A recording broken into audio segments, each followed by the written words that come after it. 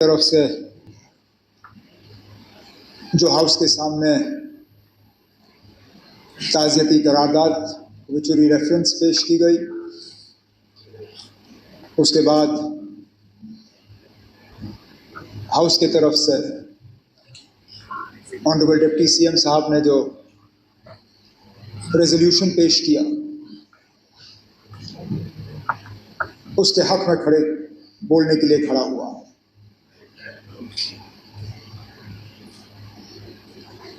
अपनी जगह यकीन नहीं होता कि चंद ही दिन पहले हम इस हाउस में मौजूद थे। बजट पे,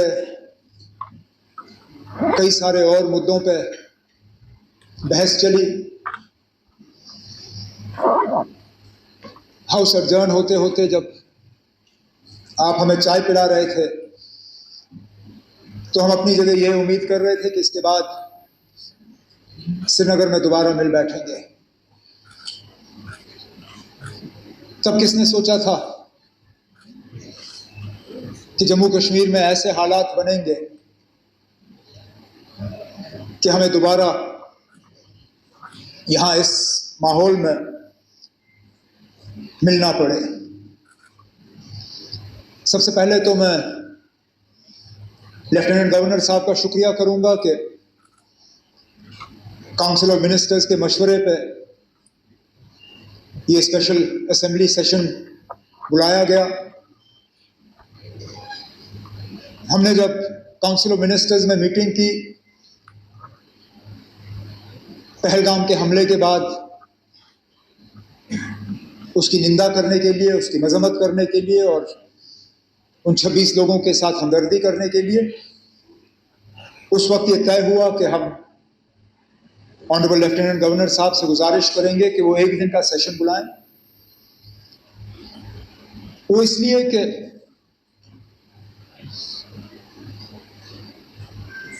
न पार्लियामेंट, न इस मुल्क का कोई और असेंबली पहलगाम के उन 26 लोगों के दुख दर्द को इतना समझती है जितना जम्मू कश्मीर का अपना ये असेंबली। स्पीकर साहब, दाएं बाएं देखिए, आपके सामने वो लोग बैठे हैं जिन्होंने खुद अपने किसी करीबी रिश्तेदार को कुर्बान होते हुए देखा। हमारी छोटी बहन शगुन से लेके सकीना, सजाद, कैसर, किन किन के नाम लो। किसी ने वालिद खोया, किसी ने अंकल, और सजाद ने जिस तरह हाउस के सामने उस दर्द का इजहार किया, मेरे पास शायद उससे बेहतर उसका यहां हाउस के सामने जिक्र करने के लिए अल्फाज नहीं होंगे। हम में से कितने हैं जिनके ऊपर हमले हुए? रफीक साहब,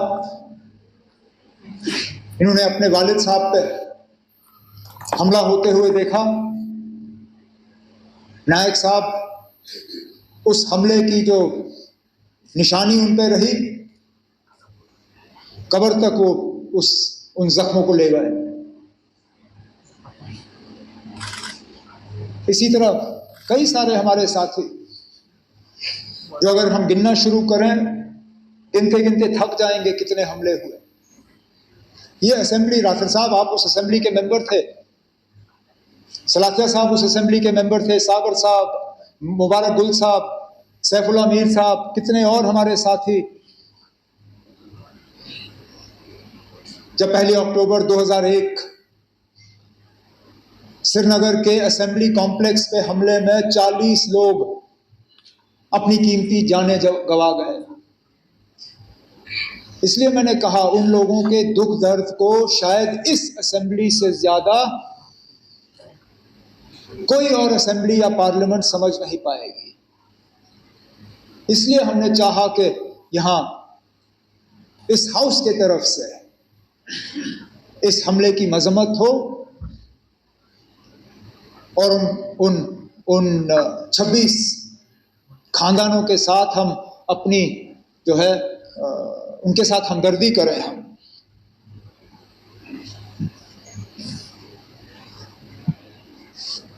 सही कहा सजाद ने,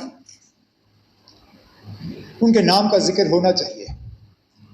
मैं चाहूंगा कि जब जो ओरिजिनल आपने ओबिचुरी रेफरेंस मूव की, उनमें जो 26 नाम हैं, लेफ्टिनेंट नेवी के अफसर विनय नरवाल हरियाणा से, एन रामचंद्रन केरला से, दिनेश अग्रवाल छत्तीसगढ़ से, अतुल श्रीकांत मोनी महाराष्ट्र से, नीरज उधवानी उत्तराखंड से यूएई में काम कर रहे थे, समीर गुहा वेस्ट बंगाल से, सुशील नत्याल मध्य प्रदेश से, संजय लेले महाराष्ट्र से, संदीप न्योपानी नेपाल से, बितेन अधिकारी वेस्ट बंगाल से, मंजूनाथ राव कर्नाटक से, दिलीप देसले महाराष्ट्र से, प्रशांत सतपति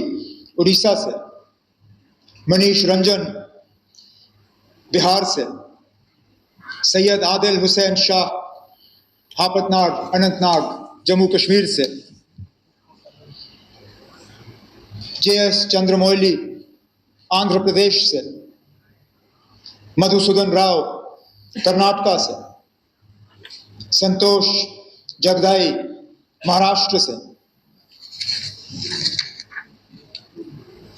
कस्तूबा कनवोटे महाराष्ट्र से, हेमंत जोशी महाराष्ट्र से, सुधम द्विवेदी यूपी से, भारत भूषण कर्नाटक से, सुमित परमार गुजरात से, यतीश परमार गुजरात से, टेगे हलिंज अरुणाचल प्रदेश से और शैलेश भाई गुजरात से। स्पीकर साहब, उत्तर से लेके दक्षिण, पूरब से लेके पश्चिम, कहां अरुणाचल, कहां गुजरात, कहां जम्मू कश्मीर, कहां केरला और बीच की सारी रियासतें, पूरा मुल्क इस हमले के लपेट में आया है। ये सही है स्पीकर साहब, ये पहला हमला नहीं था।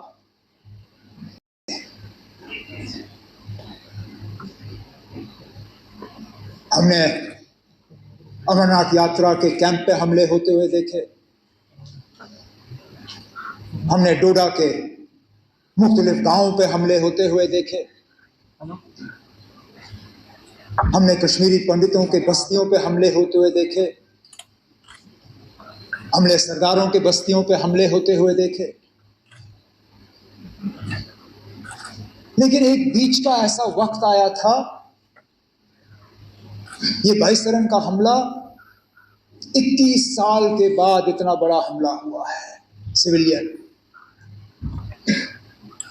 हमें लग रहा था कि ये हमले जो है ये अब हमारे माजी का एक हिस्सा है, their part of our past.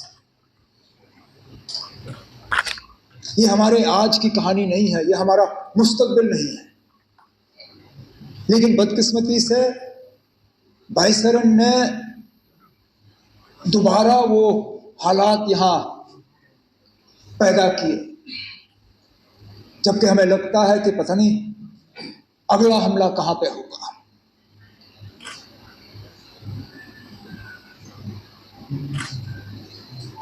मैं अपनी जगह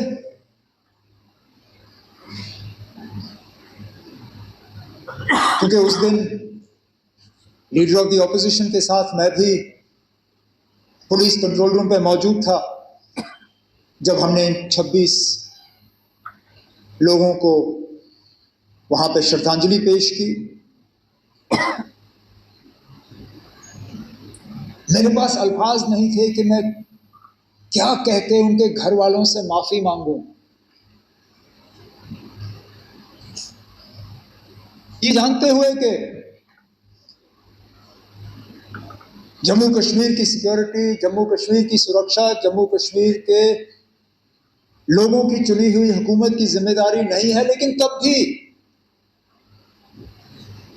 यहाँ के वजीर आला की हैसियत से, यहाँ की टूरिज्म के मिनिस्टर की हैसियत से मैंने इन लोगों को दावत दी थी यहाँ आने की।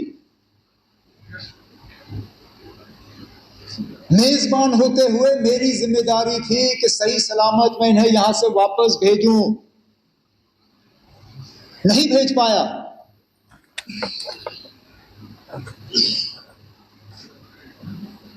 और माफी मांगने के अल्फाज नहीं थे।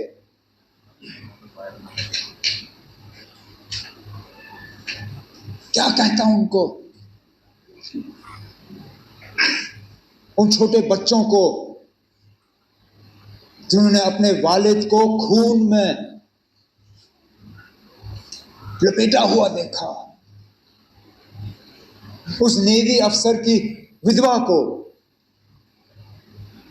जिनको शादी हुए ही चंद दिन हुए थे,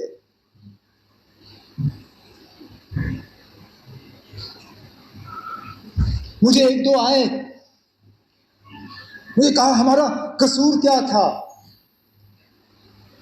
हम पहली मर्तबा कश्मीर आए थे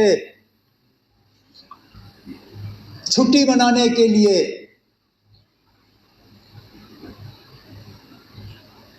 और इस छुट्टी का जिंदगी भर अब हमें खमियाजा भुगतना पड़ेगा।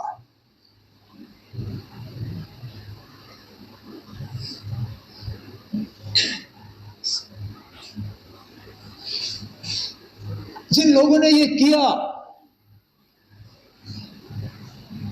कहने के लिए तो वो कहते हैं कि हमारी भलाई के लिए किया, लेकिन क्या हमने उनसे कहा था कि हम ये चाहते हैं? क्या हमने उनसे कहा था कि हमारे नाम में आप इन 26 लोगों को कब्र में बंद करके यहां से वापस भेजें? क्या हमारी इसमें कोई मंजूरी थी? क्या ये हमारी इजाजत से हुआ? हम में से कोई इस हमले के साथ नहीं है। इस हमले ने हमें अंदर से खोखला किया, लेकिन इस हमले ने, क्योंकि हर खराबी में कहीं ना कहीं हमें कोई रोशनी की किरण ढूंढने की कोशिश करनी चाहिए। बहुत मुश्किल है इन हालात में वो रोशनी ढूंढना, लेकिन स्पीकर साहब, पहली मर्तबा 26 साल में मैंने जम्मू कश्मीर में किसी हमले के बाद लोगों को इस तरह बाहर आते हुए नहीं देखा। कठुआ से लेके कुपवारा तक शायद ही कोई शहर या गांव ऐसा जहां लोगों ने बाहर आके इस हमले की मजम्मत नहीं की, कहा कि ये मेरे नाम में नहीं हुआ, नॉट इन माय नेम। ये आपने जिसके लिए भी किया हो, मेरे लिए नहीं किया। और ये लोगों का बाहर आना, इसमें हम में से किसी का हाथ नहीं है। हुकूमत ये कहे कि हमने कराया, कोई और ये कहे हमने कराया, कोई नहीं ना। हम भी इस गाड़ी पे चढ़े,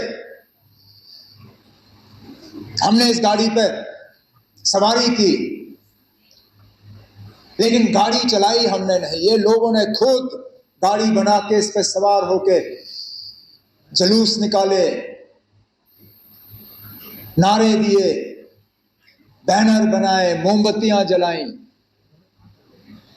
ये कहने के लिए कि हम इस हमले के साथ नहीं हैं।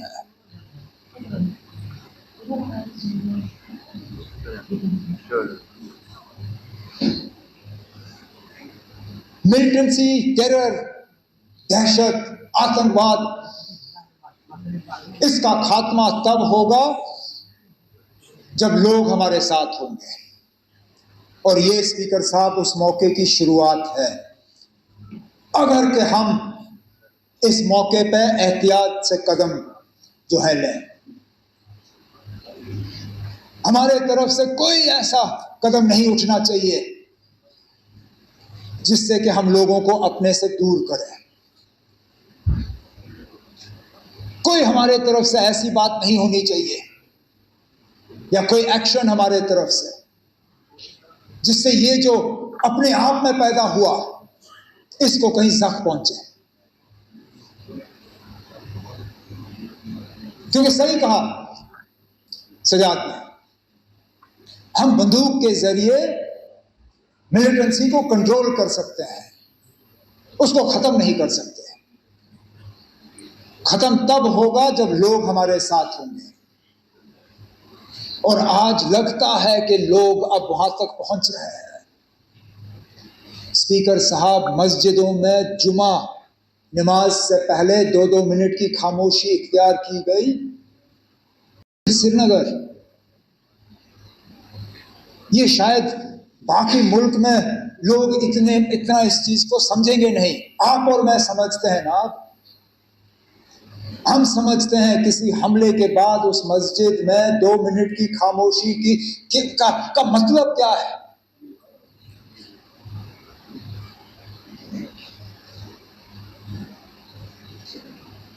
तो मेरी तो सिर्फ यही कोशिश रहेगी कि इस सिलसिले को हम बनाएं, बढ़ाएं, घटाएं नहीं, कम ना करें।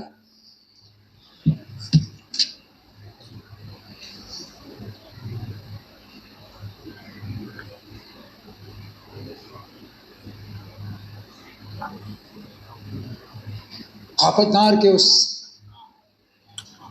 नौजवान आदिल के बारे में क्या कहें।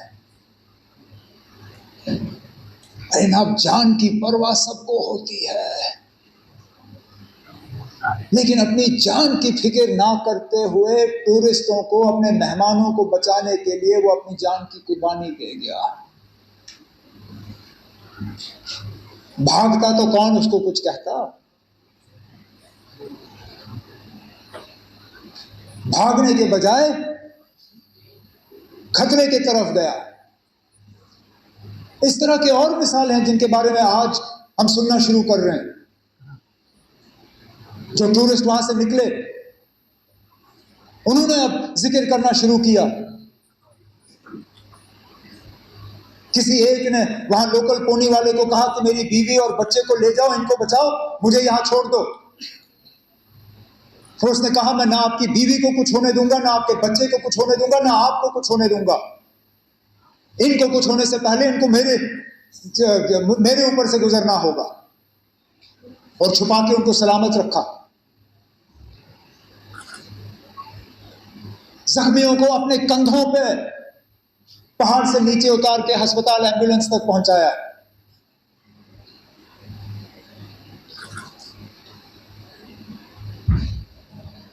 और उसके बाद जिस तरह लोकल लोगों ने मदद करने की कोशिश की, गरीब वो शिकारा वाला जो डल लेक पे फल बेचता है, उसने अपनी किश्ती पे एक छोटा सा बोर्ड लगाया, टूरिस्टों के लिए मुफ्त फ्रूट चाट। है ना, वो दिन के 200-300 रुपए कमाने वाला,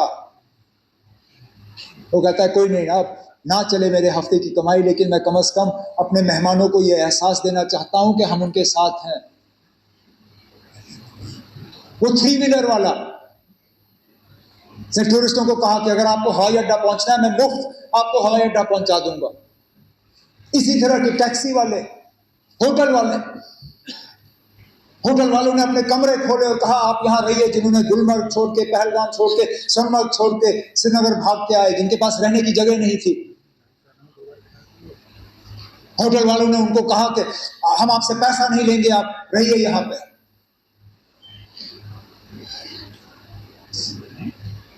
मैं सलाम करता हूं, यही है हमारी मेहमान नवाजी। उसके साथ साथ उनका शुक्रिया करता हूं कि उन्होंने ये किया। जम्मू कश्मीर के बाहर हमारे कुछ स्टूडेंट्स, हमारे कुछ रहने वालों को कुछ जगहों पे तकलीफ हुई, उससे कौन इनकार कर सकता है। लेकिन मैं उसके साथ साथ उन तमाम रियासती हुकूमतों का शुक्रगुजार हूं जिन्होंने मौके पर तहकीकात करके हालात को काबू में लाने में अपना रोल अदा किया। मैं अपने मिनिस्टर कुलीग्स का शुक्रिया करता हूं जिन्होंने बिल्कुल कम नोटिस पे जगह जगह गए, कोई शिमला, कोई लखनऊ, कोई देहरादून, कोई बंबई, कोई चंडीगढ़। वहां की हुकूमतों का मैं शुक्रिया करूंगा कि इनसे मिलने के बाद इन्होंने मीटिंगें ऑर्गेनाइज की। हम अपने तरफ से एक सिस्टम जो है वो तैयार करना चाहते हैं, सोशल मीडिया और व्हाट्सएप वगैरह का इस्तेमाल करते हुए, ताकि एक नोडल पॉइंट हमें मिले। हम तो चाहेंगे कि इस तरह के हालात ना हो, लेकिन इक्का दुक्का अगर कहीं हो जाए तो बच्चियों के पास, दूसरों के पास एक जगह होनी चाहिए जहां पे वो इन चीजों को दर्ज कर सकें। उसके लिए हम तैयारी कर रहे हैं।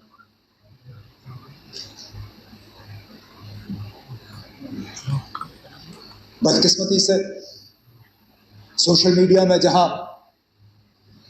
90% खबरें जो है वो सही होती हैं, 10% वो भी लोग हैं जो झूठी खबर फैलाने की कोशिश करते हैं। मैं उन्हें कहना चाहता हूं कि अपनी हरकतों से बाज आओ। जब ये लोग झूठी खबरें फैलाते हैं तो जिन पे असली ये मुश्किल का जो इनको सामना करना पड़ता है, उनको भी फिर जो है इस झूठी खबर का खमियाजा भुगतना पड़ता है। तो हम इन झूठी खबरों को बर्दाश्त नहीं करेंगे, ये मैं उनको वार्न करना चाहता हूं।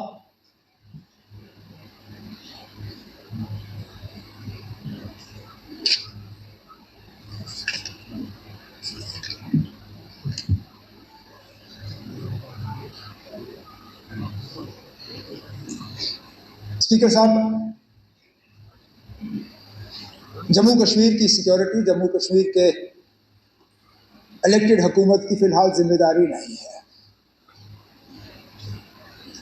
लेकिन मैं ये मौका इस्तेमाल करके स्टेटहुड की मांग नहीं करूंगा।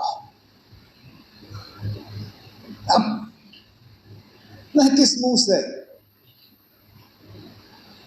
इस पहलगाम के वाक़े को इस्तेमाल करके मरकज से कहूँगा ना अब मुझे स्टेटहुड दो। मेरी क्या इतनी सस्ती सियासत है? मुझे क्या इन 26 लोगों के मरने की इतनी कम कदर है